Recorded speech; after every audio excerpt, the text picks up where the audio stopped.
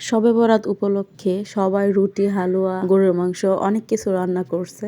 আমি তেমন কিছুই করি নাই, শুধুমাত্র একটু গরুর মাংস আলু দিয়ে ভুনা করছি। আর গরুর মাংসে আলু দিলে আমার অনেক বেশি পছন্দ। আলু ছাড়া আমার একদমই ভালো লাগে না, কেন জানি না, এটা যার যার চয়েস। আমার আলু দিলেই ভালো লাগে মাংসের মধ্যে, কারণ মাংসের থেকে বেশি আলুটাই মজা হয় বেশি। মাংসের মধ্যে আলু দিলে কার কার বেশি পছন্দ হয় বলবেন কিন্তু। আর রান্না করেছিলাম হচ্ছে সিম আলু দিয়ে খুব সুন্দর একটা মাছের তরকারি, শোল মাছের তরকারি। এই যে পেঁয়াজটা ভালো মতো তেলে ভেজে, পেঁয়াজটা হচ্ছে পুড়ে গেছিল হালকা, কারণ হচ্ছে বাবু আছে, বাবু কি জানি করছিল, তার জন্য দেখতেছিলাম। আর এই যে শোল মাছ, আর এই শোল মাছ কিন্তু আমার মাই দিছে। এই শোল মাছ খুবই মজার মাছ, নদীর মাছ। শোল মাছগুলো খুবই মজার। এই শোল মাছ দিয়ে খুব সুন্দর করে কষাচ্ছি, সব মশলা টসলা দিয়ে দিছি একবারে। শোল মাছগুলোরে ভালো মতো কষাইতেছি। অনেকে আছে যে শোল মাছ খেতে পারে না, কিন্তু আমার অনেক ভালো লাগে। ভালো মতো কষানোর পরে তেল যখন উঠে আসবে, তখন হচ্ছে সিম আলুগুলা দিয়ে দিছি। সিমগুলা হচ্ছে বিচিওয়ালা সিম। বিচিওয়ালা সিম আমার কাছে খুব ভালো লাগে। অনেকে হচ্ছে বিচি খাইতে পারে না, সিম অনেকের পছন্দ না, কিন্তু আমার কাছে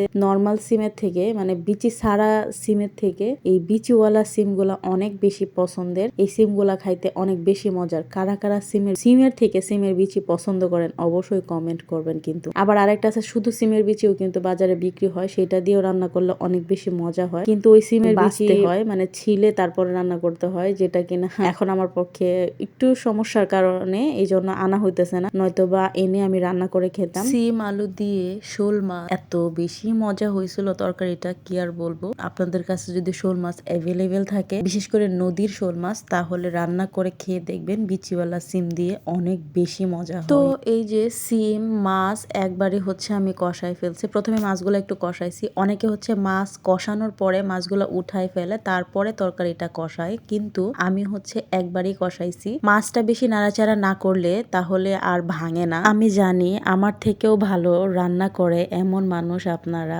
অনেকেই আছেন, তো আমার ভুল ত্রুটিগুলো ক্ষমার দৃষ্টিতে দেখবেন, সুন্দর দৃষ্টিতে দেখবেন। আপনারা অনেকেই আছেন যারা রান্না বান্নায় অনেক বেশি এক্সপার্ট, তো আমার মতো ক্ষুদ্র একজন মানুষকে অবশ্যই শিখিয়ে দিবেন, বলবেন আমার যদি কোথাও ভুল হয় তাহলে অবশ্যই বলবেন যে এইভাবে রান্না করলেও অনেক বেশি মজা হয়। আপনারা অবশ্যই সাজেশন দিবেন আমাকে। তো মাছ এবং সিম আলু কষিয়ে ভালো মতো সুন্দর করে কষানোর পরে ঝোল দিয়ে দিয়েছিলাম অল্প করে, কারণ তরকারি আর মাছ হচ্ছে আমি ভালো মতো কষিয়েছিলাম, যার কারণে ঝোল কম দিয়েছি। তারপরে তো তরকারি প্রায় হয়ে এসেছে, তারপর কাঁচামরিচ দিয়ে দিয়েছিলাম, তারপর ঢেকে দিছি। তারপর আমি হচ্ছে ভাত খেতে নিয়েছিলাম, এই যে গরুর গোস্ত দিয়ে খেতে নিয়েছিলাম। শুধু আলুটা এত বেশি মজা হয়েছিল, তো শুধু শুধু ভাত খেতে ইচ্ছে করছিল না গরুর গোস্ত দিয়ে, আর ঘরে লেবুও ছিল না, সেই জন্য আমার হাজবেন্ড হচ্ছে কক্সবাজার গিয়েছিল, সেখান থেকে আমার জন্য নাগা মরিচের আচার এনেছিল। আচারটা মোটামুটি মজা, তবে মিষ্টি মিষ্টি লাগতেছিল। আমার আবার এত মিষ্টি পছন্দ না, খুব ঝাল প্রেমী আমি। তো তারপর খুব মজা করে ভাত খেয়েছি